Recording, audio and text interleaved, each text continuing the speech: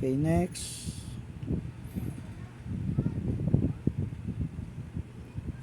Okay.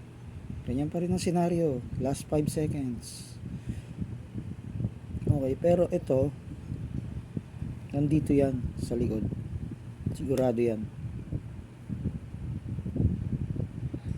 Plus ito, nandito. Nandito na yan.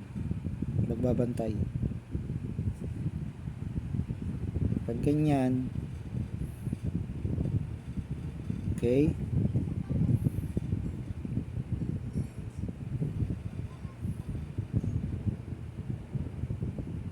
yayakapin kayo ng mga yan eh.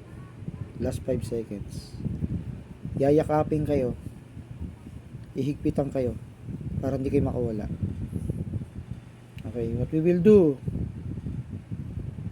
Okay. Center. Angat. Okay, screen. Kay point guard. Labas. Pasa. Titingnan nyo ha. Kung ganyan ang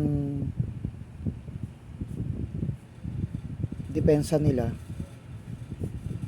ganun ang gagawin nyo. Lalabas si point guard, i-screen si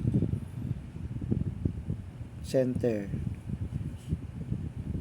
takbo si power forward kasi ito hahabol dito. Takbo si power forward ngayon.